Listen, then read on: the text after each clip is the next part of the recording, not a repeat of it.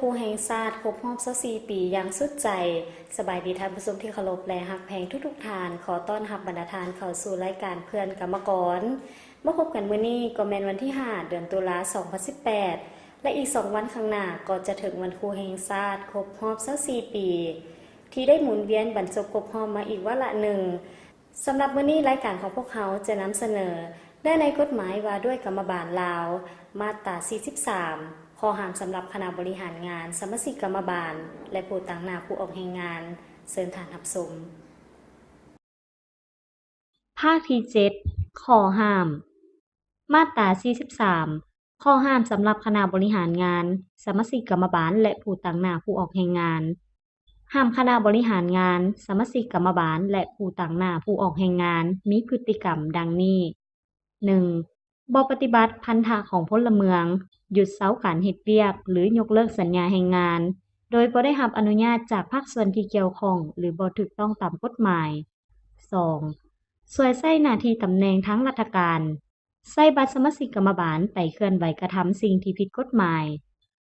3. นำพาปลุกระดมขนขวายจัดตั้งเป็นกลุ่มก้อนพรรคพวกแบ่งแยกความสามัคคีชุมนุมประท้วงหรือกระทำสิ่งที่ก่อให้มีความปั่นป่วนสร้างความบ่สงบสร้างผลเสียหายต่อการจัดตั้งต่อชีวิตสุขภาพของบุคคลทรัพย์สินของรัฐรวมหมู่และบุคคลรวมทั้งของหัวหน่วยแรงงาน 4. มีพฤติกรรมอื่นที่เป็นการละเมิดกฎหมาย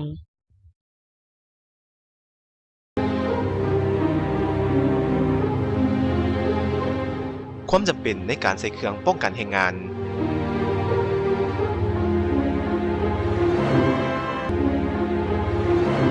การออกแรงงานที่ปลอดภัยต้องใส่เครื่องป้องกันแรงงานทุกครั้ง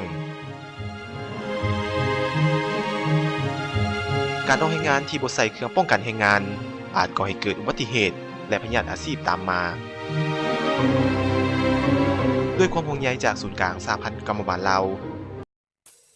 ศูนย์กลางสหพันธ์กรรมบาลลาวมีเบอร์สายด่วนให้คำปรึกษาทางด้านแรงงานให้แก่กรรมกรผู้ออกแรงงานและผู้ใช้แรงงานโดยบ่เสียค่า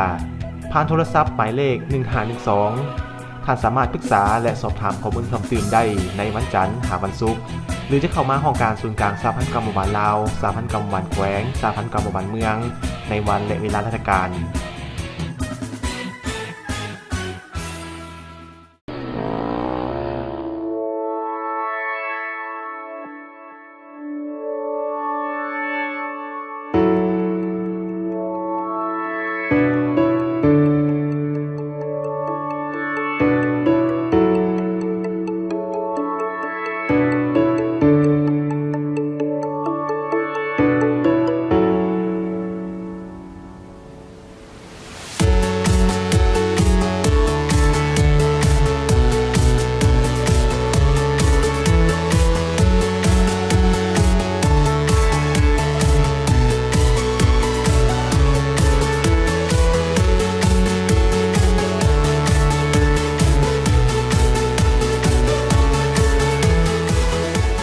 ท่องเที่ยวลาวท่องเที่ยวมูลเสื้อประวัติศาสตร์ความเป็นมาของลาวท่องเที่ยวความเป็นธรรมชาติอันสดใสเขียวงามตาท่องเที่ยวความเป็นเอกลักษณ์ทางด้านวัฒนธรรมฮีตของประเพณีวิธีการดำรงชีวิตของประชาชนบรรดาเผ่าเที่ยวเมืองลาวเรียนรู้ประวัติศาสตร์ชื่นชมธรรมชาติอนุรักษ์วัฒนธรรม Visit Laos. Experience the diversity of nature, culture, and history. ที่ท่านได้รับชมผ่านไปนั่นก็แม่นมาตรา43ที่ทางรายการได้นำมาเสนอให้บรรดาทานได้รับชมกันในมื้อนี้ต่อไปจะให้ทานได้รับชมองค์คณะพรรคศูนย์กลางสหพันธ์กรรมบาลลาวสำเร็จกองประชุมกลางสมัยครั้งที่3ต่อไปเป็นรายละเอียดในระหว่างวันที่1หาวันที่2ตุลา2018องค์คณะพรรคศูนย์กลางสหพันธ์กรรมบาลลาวได้สำเร็จกองประชุมกลางสมัยครั้งที่3โดยภายใต้การเป็นประธานของสหายปานน้อยมณีกรรมการศูนย์กลางพรรคเลขาคณะพรรคศูนย์กลางสหพันธ์กรรมบาลลาวและเป็นเกียรติเข้าร่วมกองประชุมโดยสหายปริญญาเอกคำพันธ์พรหมทัศน์กรรมการกรมการเมืองศูนย์กลางพรรคหัวหน้าห้องว่าการศูนย์กลางพรรคมีบรรดาสหายห้องเลขาคณะพรรค คณะพรรคศูนย์กลางสหพันธ์กรรมบาลลาวรองประธาน คณะกวดกาศูนย์กลางพรรคและองค์การกวดการัฐบาล ผู้ต่างหน้าคณะจัดตั้งศูนย์กลางพรรคสหายเลขารองเลขาหน่วยพรรคสมาชิกพรรคอาวุโสบำนาญและพร้อมด้วยสมาชิกพรรคภายในศูนย์กลางสหพันธ์กรรมบาลลาวเข้าร่วม75สหายหญิง28สหายสหายป้าน้อยมณีกรรมการศูนย์กลางพรรคเลขาคณะพรรคศูนย์กลางสหพันธ์กรรมบาลลาวได้ให้เกียรติกล่าวเปิดกล่องประชุมซึ่งสหายยังได้ยกให้เห็นถึงการจัดตั้งพันขยายมติกล่องประชุมใหญ่ครั้งที่3ขององค์คณะพรรคศูนย์กลางสหพันธ์กรรมบาลลาวและได้กำหนดทิศทางเวียกงานจุดสุมในต่อหน้าเพื่อให้บรรลุตามเป้าหมายที่ได้กำหนดไว้กองประชุมในครั้งนี้พร้อมทั้งเน้นหนักให้บรรดาสหายสมาชิกพรรคทุกสหายจงสุมสติปัญญาประกอบคำคิดคำเห็นต่อบทสรุปให้มีเนื้อในครบถ้วนสมบูรณ์ข้าพเจ้าหวังอย่างยิ่งว่าบรรดาสหายคณะพรรคคณะหน่วยพรรคและสมาชิกพรรคทั้งหมดที่เข้าร่วมกองประชุมในครั้งนี้จะได้พร้อมกันสุ่มสติปัญญาและพร้อมกันประกอบความคิดความเห็นโดยยกเอาความรับผิดชอบของตนเข้าสู่ในการค้นคว้าประกอบความคิดความเห็นใส่ห้างบทสรุปการชี้นำพาของคณะพรรคศูนย์กลางสหพันธ์กรรมบาลลาวของพวกเราในครึ่งสมัยผ่านมาและพร้อมนั้นเพื่อเป็นการสืบต่อในการปฏิบัติหน้าที่และปฏิบัติตามมติกองประชุมใหญ่ครั้งที่3ขององค์คณะพรรคพวกเขาจะได้กำหนดทิศทางและแผนการเคลื่อนไหวการชี้นำพาของคณะพรรคของหน่วยพรรคในระยะท้ายของกองประชุมของพวกเขาเพื่อเฮ็ดให้องค์คณะพรรคสมาชิกพรรคภายในศูนย์กลางสหพันธ์กรรมบาลลาวพวกเขาได้พร้อมกันมีความเข้าใจรับรู้และดำเนินการจัดตั้งปฏิบัติให้ได้รับมากผลอยู่ในระยะท้ายของกองประชุมใหญ่ครั้งที่3เพื่อให้กองประชุมครั้งนี้ได้รับมากผลสำเร็จเป็นอย่างดีข้าพเจ้าขอเรียกร้องมายังบรรดาสหายทางคณะพรรคบรรดาสหายสมาชิกพรรคจงได้พร้อมกันตั้งหน้าในการประกอบส่วนประกอบความคิดความเห็นและเข้าร่วมดำเนินชีวิตการเมืองอยู่ภายในพรรคของเราให้มีบรรยากาศพื้นและได้รับผลดี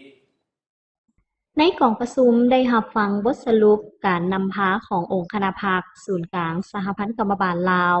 กลางสมัยที่3ปี 2016-2018 และวางทิศทางหน้าที่เวียกงานปรับปรุงและก่อสร้างพรรคและปรับปรุงกงจักการจัดตั้งปี 2018-2020 จากสหายสีมูลอุลลาสีรองเลขาคณะพรรคศูนย์กลางสหพันธ์กรรมบาลลาวองค์คณะพรรคศูนย์กลางสหพันธ์กรรมบาลลาวมีสมาชิกพรรคทั้งหมด75สหายหญิง30สหายสมาชิกพรรคสมบูรณ์71สหายหญิง28สหายสมาชิกพรรคสมบูรณ์บำนาญ11สหายหญิง5สหายและมี9หน่วยพรรคซึ่งในระยะผ่านมาสมาชิกพรรคแต่ละหน่วยแม่นได้เอาใจใส่ก่อสร้างพรรคของตนให้เป็นหน่วยพรรคแข่งหู้นำพารอบด้านพร้อมเดียวกันนี้ยังได้ยกให้เห็นถึงเวียกงานที่พ้นเด่นเซ็นได้จัดกองประชุมเวียกงานจัดตั้งได้1ครั้งดำเนินชีวิตการเมืองปรับปรุงปัวแปลงสำเร็จการปรับปรุงกฎหมายว่าด้วยกรรมบาลลาวปรับปรุงค่าแรงงานขั้นต่ำและได้ประกาศใช้อย่างเป็นทางการปรับปรุงการจัดตั้งพรรคได้1หน่วยและขยายสมาชิกพรรคได้13สหายหญิง6สหายสร้างหน่วยพรรคแข่งหู้นำพารอบด้านได้3หน่วยพรรคขึ้นแผนกำหนดพนักงานนำพาคุ้มครองขั้นศูนย์กลางปี 2018 สำเร็จ จัดกองประชุมแข่งขันหักษาและพัฒนาติดพันกับขอแข่งขันหาเป็นเจ้าของกรรมบาลได้ลงรากฐานเพื่อติดตามกวดกาสุกยูเวียกงานกรรมบาลทั่วประเทศ16คณะปฏิบัตินโยบายต่อพนักงานตามแนวทางนโยบายของภาครัฐวางออกเป็นปกติได้ลงเยี่ยมยามและช่วยเหลือประชาชนผู้ที่ประสบภัยน้ำท่วมอยู่ที่แขวงอัตตปือสวรรณเขตและคำมวลรวมมูลค่า70ล้านกว่ากีบและเครื่องบริโภคอุปโภคจำนวนหนึ่งซึ่งเคียงคู่ไปกับจุดดีและผลงานที่พ้นเด่นองค์คณะภาคศูนย์กลางสหพันธ์กรรมบาลลาวก็ยังมีข้อคงค้างในบางด้านในการชี้นำพาเวียกงานในระยะผ่านมาทิศทางและคาดหมายสู่สนในต่อหน้าองค์คณะภาคศูนย์กลางสหพันธ์กรรมบาลลาวแม้นจะสืบต่อสร้างหน่วยภาคปลอดใสเข้มแข็งนักแน่นให้ได้70ส่วนห้อยของจำนวนหน่วยภาคทั้งหมดและก็สร้างสมาชิกภาคปลอดใสเข้มแข็งนักแน่นให้ได้80ส่วนห้อยสืบต่อซี่นำพาสร้างขบวนการแข่งขันหาเป็นเจ้าติดพันกับขอแข่งขันหักษาและพัฒนาให้เป็นขบวนการกว่าเก่า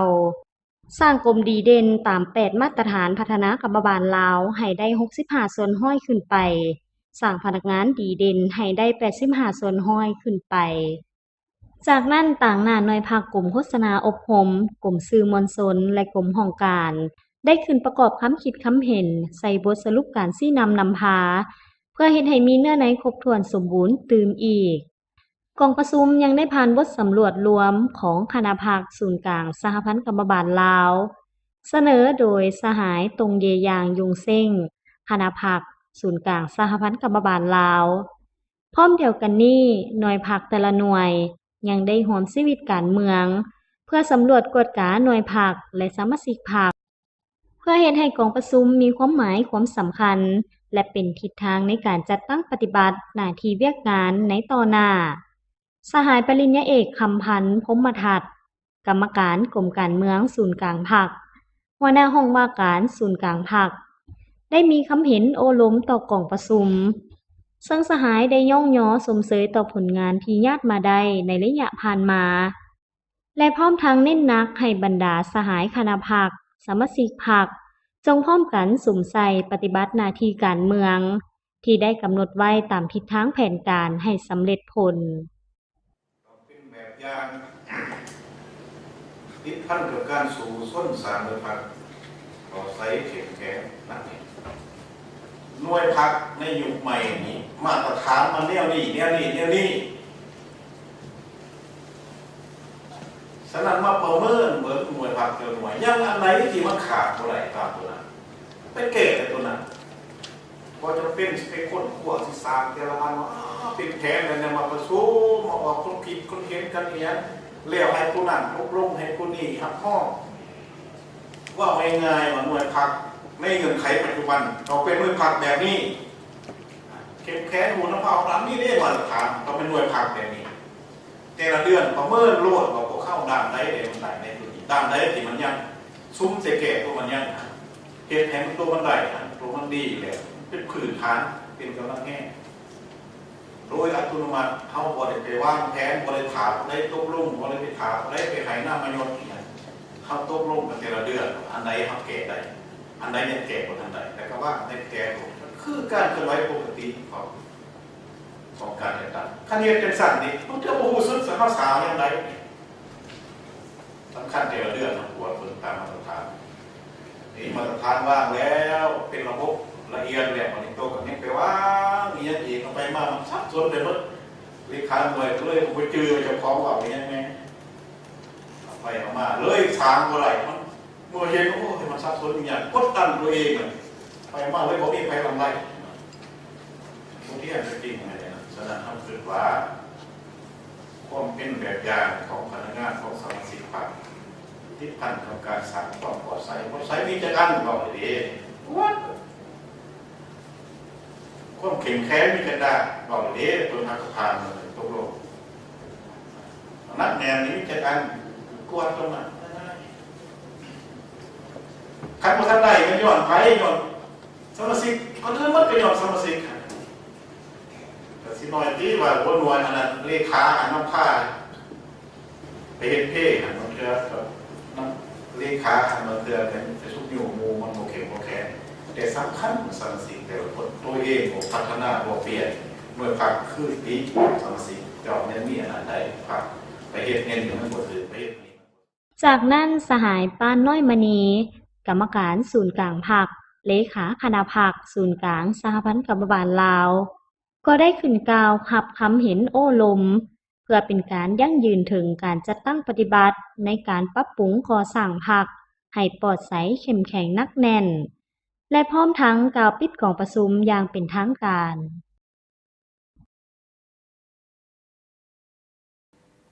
ที่ท่านได้รับชมผ่านไปนั้นก็เป็นข่าวการเคลื่อนไหวเวียกงานของสหพันธ์กรรมบาลลาวจำนวนหนึ่ง ต่อไปจะให้ทานได้ไปพักผ่อนซื่นกับเสียงเพลงและสิ่งดีๆจากรายการกันก่อน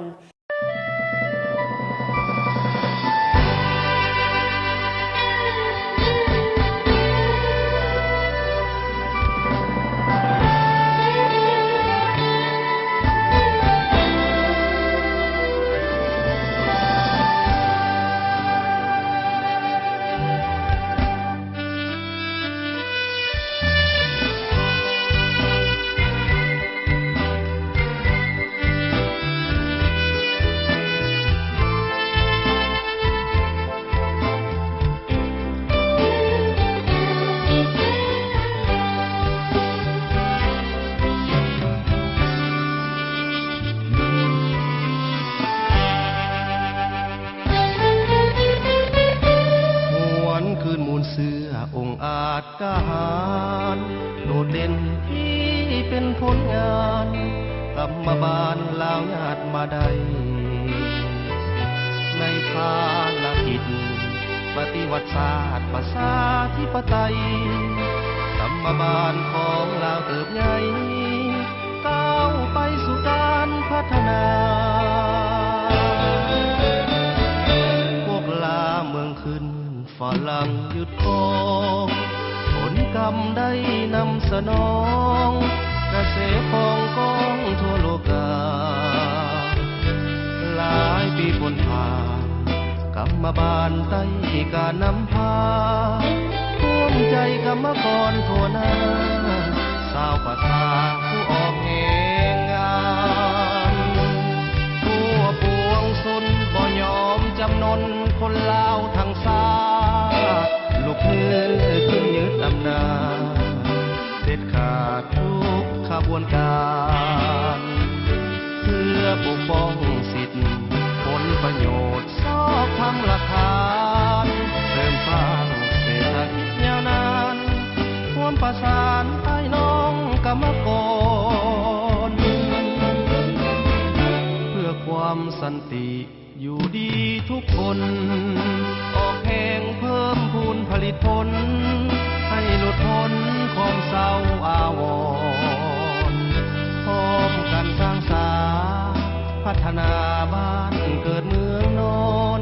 กรรมบาลนำทางโฮมทนกรรมกรภูมิแห่งสวยสูง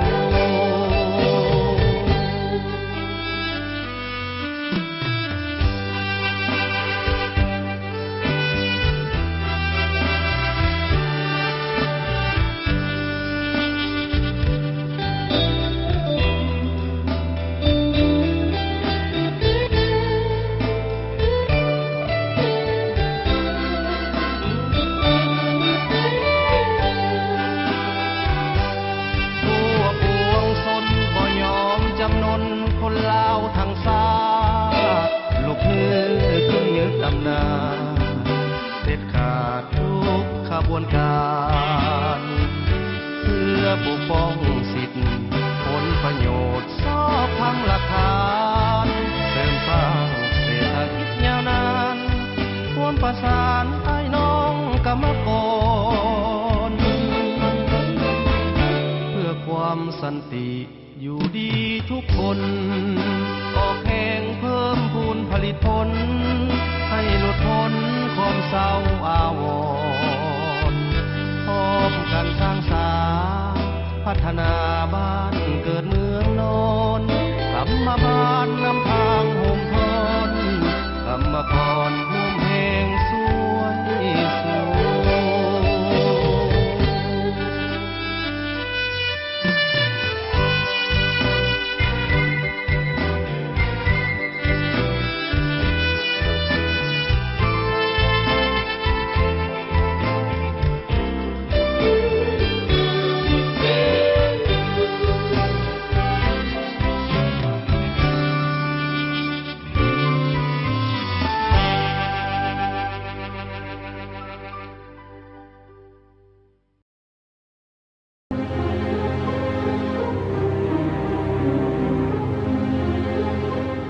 ความจำเป็นในการใส่เครื่องป้องกันแรงงาน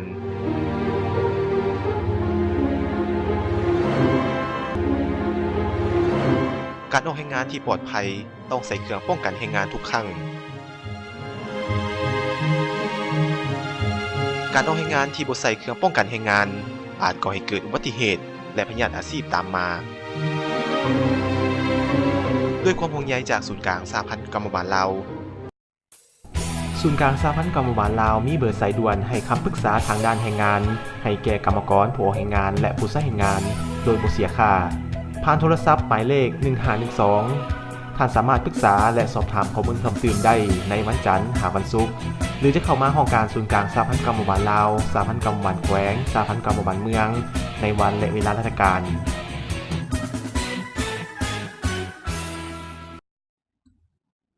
คณะรับผิดชอบลงเยี่ยมยามผู้ออกแรงงานภาควิสาหกิจอยู่หัวหน่วยแรงงานในนครหลวงเวียงจันทน์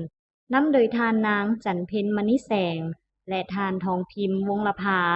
รองหัวหน้ากรมปกป้องแรงงานศูนย์กลางสหพันธ์กรรมบาลลาวได้ลงเคลื่อนไหวอยู่รัฐวิสาหกิจถือหุ้นลาวรัฐวิสาหกิจขนส่งน้ำมันเสื้อไฟบริษัทไฟฟ้าน้ำเทิน2รัฐวิสาหกิจก่อสร้างและติดตั้งไฟฟ้าและรัฐวิสาหกิจน้ำมันเสื้อไฟลาวในเดือนกันยายน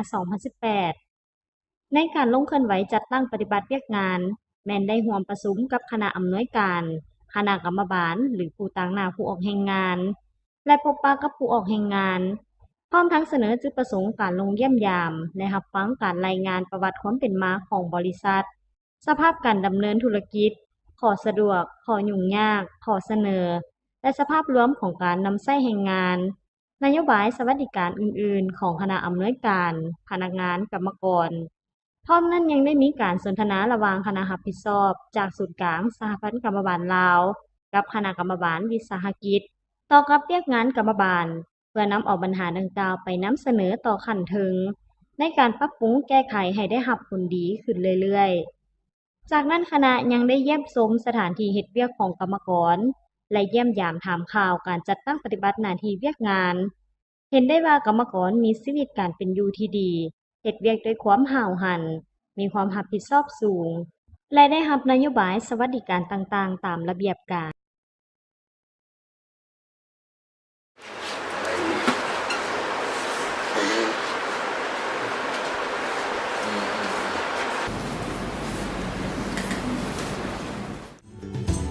But it's the smiles, it's the people, the uniqueness, that's the real highlight. Come experience firsthand tropical weather, see the unspoiled land, the beauty of nature. ยินดีต้อนรับสู่ดินแดนแห่งอัญมณีแห่งแม่น้ำโขงยินดีต้อนรับสู่ประเทศลาวคนลาวมีน้ำใจฮักความปองดองยินดีต้อนรับสู่ดินแด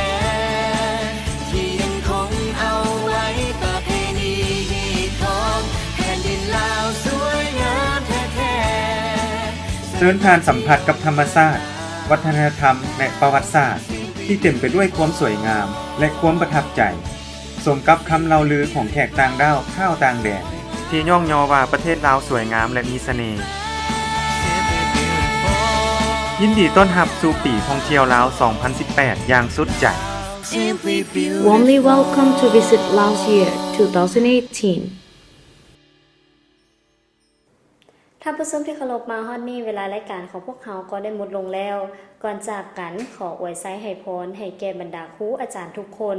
จงมีสุขภาพเข้มแข็ง มีอายุมั่นขวัญยืน มีความสุขกายและสุขใจ